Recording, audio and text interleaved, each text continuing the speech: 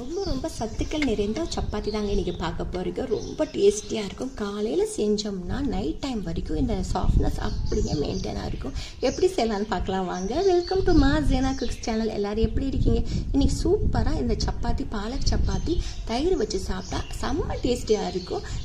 ரொம்ப ஹெல்த்தியான ரெசிபி. கண்டிப்பாக இது குட்டீஸ்லேருந்து பெரியவங்க வரைக்கும் ரொம்ப ஆசைப்பட்டு விரும்பி சாப்பிடுவாங்க. இது ஹெல்த்துக்கு ரொம்ப பெனிஃபிட்டான கீரை தெரியும் எல்லாத்துக்குமே.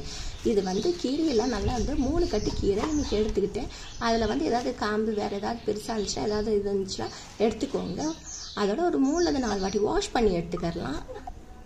இன்றைக்கி 3 கப்பு கோதுமை வச்சு இதை சப்பாத்தி செஞ்சேங்க. இந்த கீரையெல்லாம் நல்லா வாஷ் பண்ணி எடுத்துட்ட பின்னாடி நம்ம இதை கட் பண்ணிக்கலாம். காம்பு கொஞ்சம் பெருசாக இருந்துச்சுன்னா அதை எடுத்துருங்க. அதோட இதெல்லாம் நல்லா குட்டியாக சாப் பண்ணிக்கிட்டு ஒரு பாத்திரத்தில் போட்டுக்கலாம். இந்த மாதிரி கண்டிப்பாக வீக்லி ஒன்ஸாக செஞ்சு கொடுங்க. நம்மளுக்கு எப்போ பார்த்தாலும் கூட்டு பொரியல் தானே நம்ம இந்த பாலக்கீரையில் செய்கிறோம். இது மாதிரி சப்பாத்தி செஞ்சு கொடுங்க வீட்டில் உள்ளவங்க எல்லாத்துக்கும்.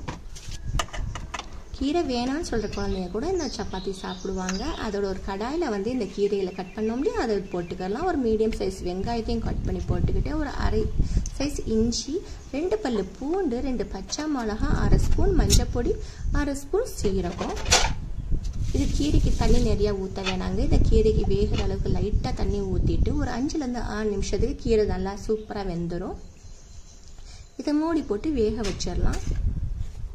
இது மூடி போட்டு வேக வச்சிட்ட பின்னாடி இது நல்லா ஆறிட்ட பின்னாடி தான் இது மிக்சி ஜாரில் போட்டு நல்லா ஃபைன் பேஸ்ட்டாக அரைச்சிக்கிறணும்.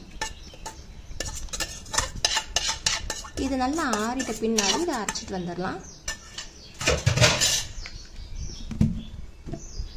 இப்போ இதை நல்லா அரைச்சாச்சு. அதோட இப்போ நம்ம கோதுமை மாவு எடுத்து வச்சுருக்கோம் இல்லையா, 3 கப்பு கோதுமை மாவு. அதோட ஒரு 1/4 ஸ்பூன் உப்பு போட்டுக்கலாம். உப்பையும் இதோட சேர்த்துக்கிட்டு நடுவில் குழி மாதிரி செஞ்சுட்டு இப்போ நம்ம அரைச்சி வச்ச பேஸ்ட்டையும் இதோட சேர்ந்து கலந்துக்கலாம்.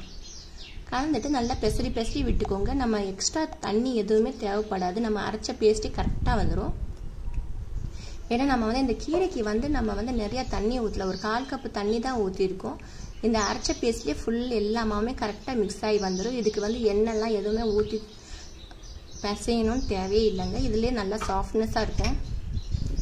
இது மாதிரி எல்லா மாவையும் சேர்த்து கலந்து பிசைஞ்சுக்கலாம்.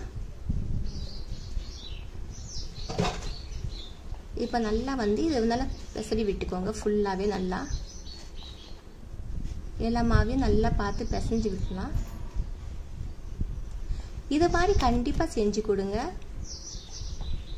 பெரியவங்கள்லேருந்து சின்ன வயசு குழந்தைங்க வரைக்கும் எல்லாருமே நல்லா சாப்பிடலாம். இது ரொம்ப டேஸ்டியாக இருக்கும். 2 சப்பாத்தி சாப்பிட்டா கூட அப்படி ஃபில்லிங்காக இருக்கும். இது நல்லா சாஃப்டாக பிசைஞ்சு மூடி போட்டு வச்சுட்டு ஒரு 5-10 நிமிஷத்தில் போதும். ரொம்ப நேரம் ஊர்ந்து வைக்கணும்னு தேவையில்லை. அதோட ஒரு பால் சைஸ் உருண்டை எடுத்துக்கிட்டு மாவில் போட்டு நல்லா தட்டி விட்டுடலாம். இந்த சப்பாத்தி நல்லா தேய்க்க நல்லா சூப்பராக வருங்க. ஈஸியாக தேய்ச்சிடலாம். அதோட ஒரு கல் சூடு பண்ணிக்கிட்டேன். சூடு பண்ணிவிட்டு இந்த சப்பாத்தியை வச்சுட்டு இன்றைக்கி நான் பட்டர் கொஞ்சோன்னு எடுத்துகிட்டு பட்டர் போட்டு செஞ்சுக்கிறேன். சூப்பராக இருக்கும். இந்த பட்டர் போட்டு ஒரு வாட்டி செஞ்சு பாருங்களேன். ரொம்ப டேஸ்டியாக இருக்கும். இந்த சைடு நல்லா சுட்டு எடுத்துக்கலாங்க இந்த சப்பாத்தியை. ரொம்ப டேஸ்டியான சப்பாத்தி ரெடி ஆயிடுச்சுங்க. Protein rich chapati. அதோட தயிர் வச்சு சாப்பிடுங்களேன். அட்டகாசமான டேஸ்ட்டில் இருக்கும். இந்த வீடியோ பிடிச்சிருந்துச்சுன்னா சப்ஸ்கிரைப் பண்ணிக்கோங்க, லைக் பண்ணுங்கள், ஷேர் பண்ணுங்கள். நோட்டிஃபிகேஷனுக்கு பெல் ஐக்கானை கிளிக் பண்ணிக்கோங்க. அப்போ தான் இன்ஸ்டண்ட்டாக எப்போவுமே நான் போட்டதோட ரெசிபி அப்போவே வந்துடும். Thanks for watching and take care. Tata, bye bye.